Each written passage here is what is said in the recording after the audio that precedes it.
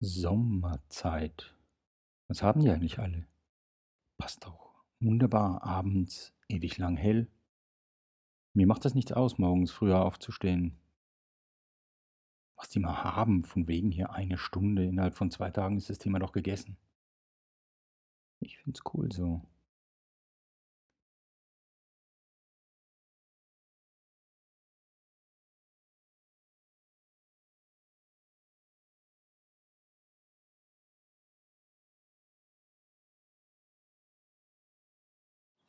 Die Sommerzeit gehört in Deutschland zum Sommer wie Urlaub und Meer.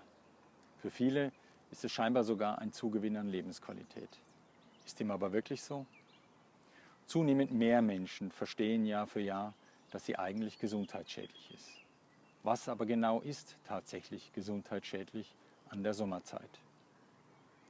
Sehen Sie sich es einmal an. Ich nehme Sie jetzt einfach mal mit.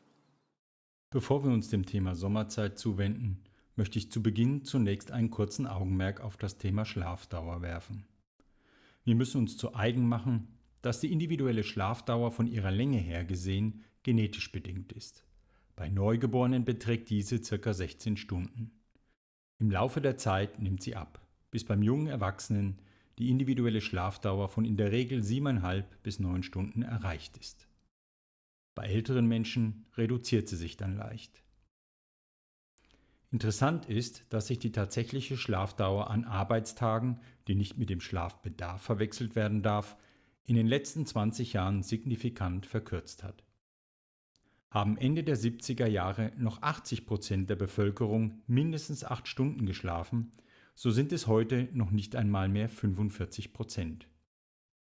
Es ist nicht weit hergeholt, hier Zusammenhänge mit der Zunahme an psychosomatischen Erkrankungen und Burnout zu suchen, sondern eher eine logische Konsequenz. Der Geist wird zunehmend belastet, bekommt aber immer weniger Möglichkeit, sich zu regenerieren. Um die Problematik rund um die Sommerzeit zu verstehen, betrachten wir zunächst einmal die Verteilung der Chronotypen. Basierend auf einem Fragebogen der LMU München, den über 200.000 Menschen bereits beantwortet haben, ergibt sich die bekannte Verteilung in der Bevölkerung. Diese Grafik spiegelt die natürlichen Schlafzeiträume bzw. den Zeitpunkt der Schlafmitte wider, die die Menschen aufweisen würden, wenn sie losgelöst jeglicher Wecker und sonstiger zeitlicher Einengungen leben könnten. Hieraus können wir sehr schön lesen, dass 60% der arbeitenden Bevölkerung abends zwischen 23:30 und 1 Uhr einschlafen und entsprechend morgens zwischen 7:30 und 9 Uhr aufwachen würden. Weiterhin ist es wichtig zu wissen, dass beginnend mit der Pubertät der Jugendliche zunehmend später wird, sprich, er ermüdet später und wacht später auf. Den Peak dieser Phase erreichen männliche Jugendliche mit ca. 20,5 Jahren, weibliche Jugendliche etwa 12 Monate früher. Sie werden auch nicht ganz so spät wie ihre männlichen Altersgenossen. Als durchgehendes Beispiel nehmen wir uns einmal einen ca. 17-jährigen männlichen Schüler, der noch nicht am Peak angekommen ist, sich aber in der wichtigen Vorbereitungsphase für Abschlussprüfungen in der Schule befindet. Er hat seine Schlafmitte gegen 5 Uhr morgens. Bei diesem gehen wir zunächst von einem durchschnittlichen Schlafbedürfnis von 8 Stunden aus. Und wie bereits angemerkt, hat ein durchschnittlicher Jugendlicher seine genetisch bedingte Schlafmitte um 5 Uhr morgens in der Normalzeit.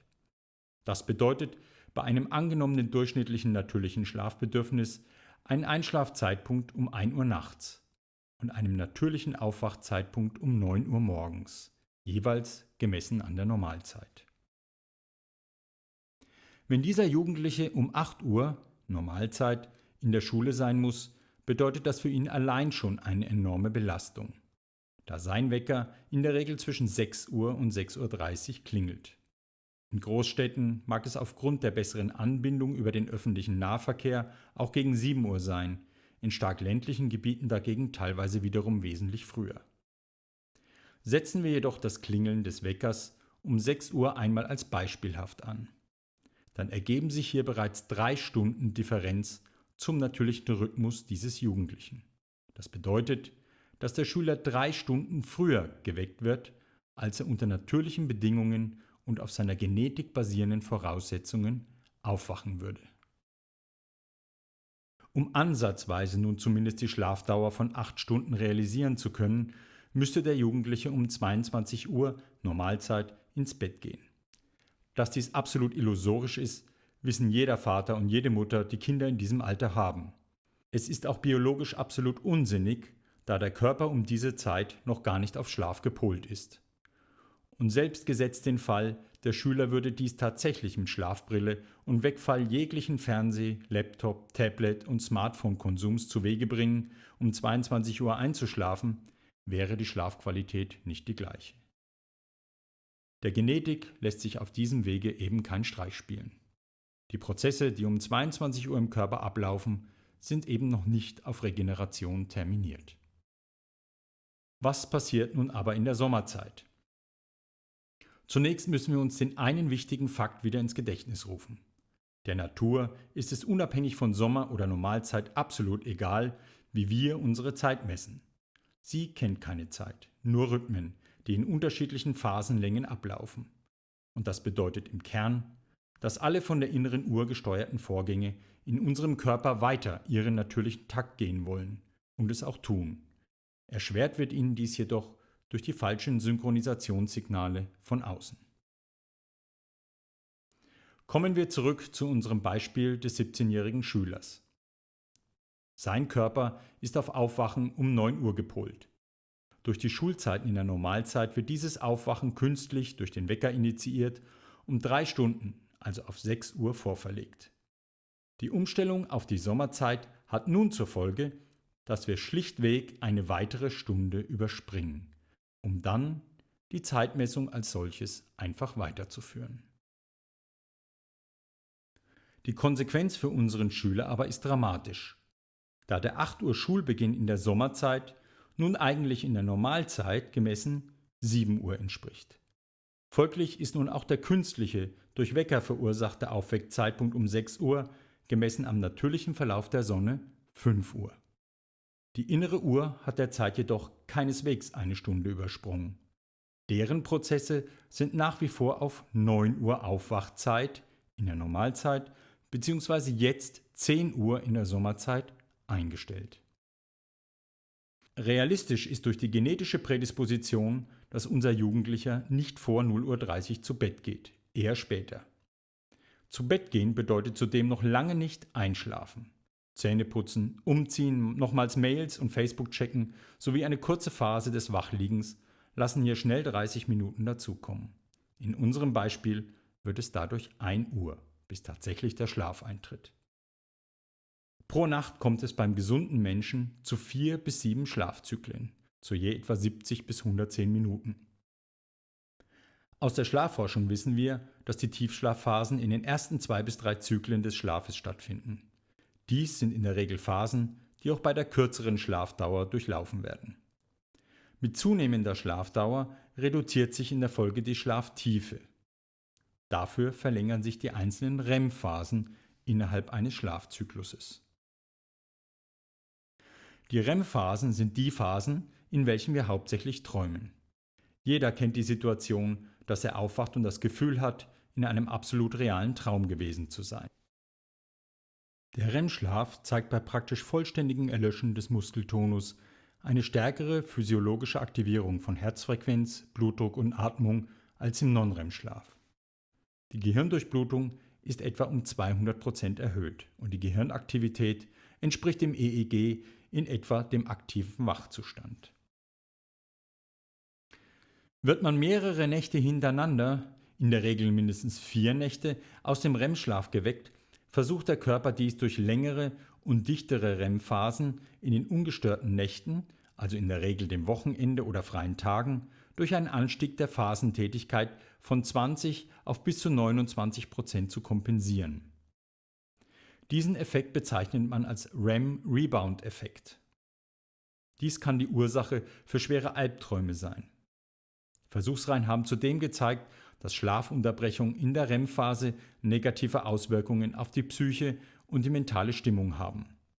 Veränderungen der REM-Phase stehen auch mit Depressionen und anderen psychischen Leiden in Verbindung.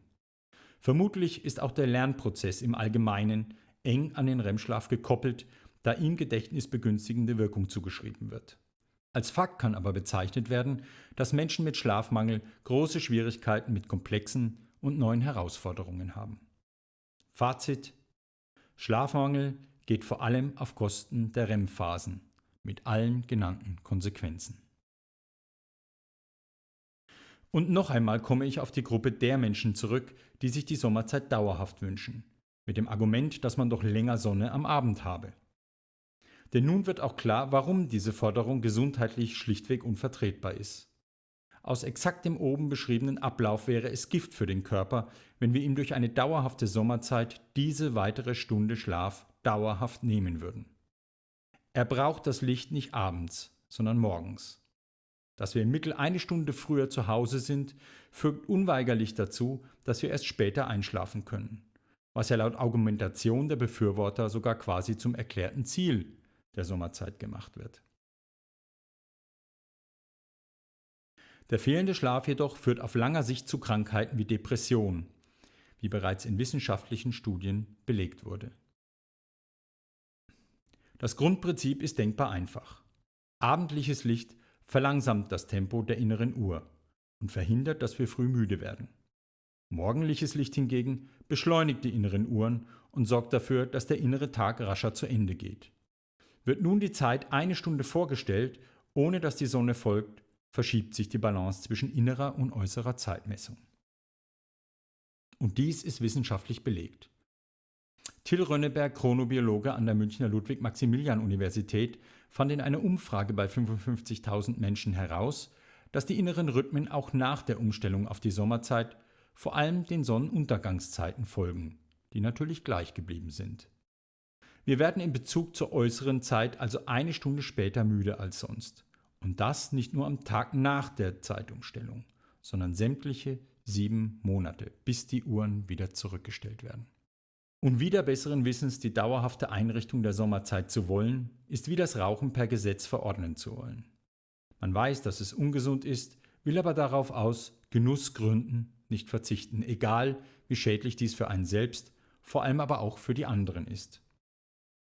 Anders als in Bezug auf das Beispiel des Rauchens ist das Gefährliche an der Sommerzeit bzw. an der Missachtung der inneren Uhr aber, dass die meisten Menschen die Auswirkungen als nicht darauf basierend wahrnehmen. Die wenigsten Depressionen, Burnouts, psychosomatischen Krankheiten, Krebserkrankungen etc. wurden bisher in Beziehung zur Missachtung der inneren Uhr gebracht. Erst in den letzten Jahren wird hier verstärkt ein unbestrittener Zusammenhang hergestellt, der sogar, wie in der Schichtarbeit, grundlegend sein kann.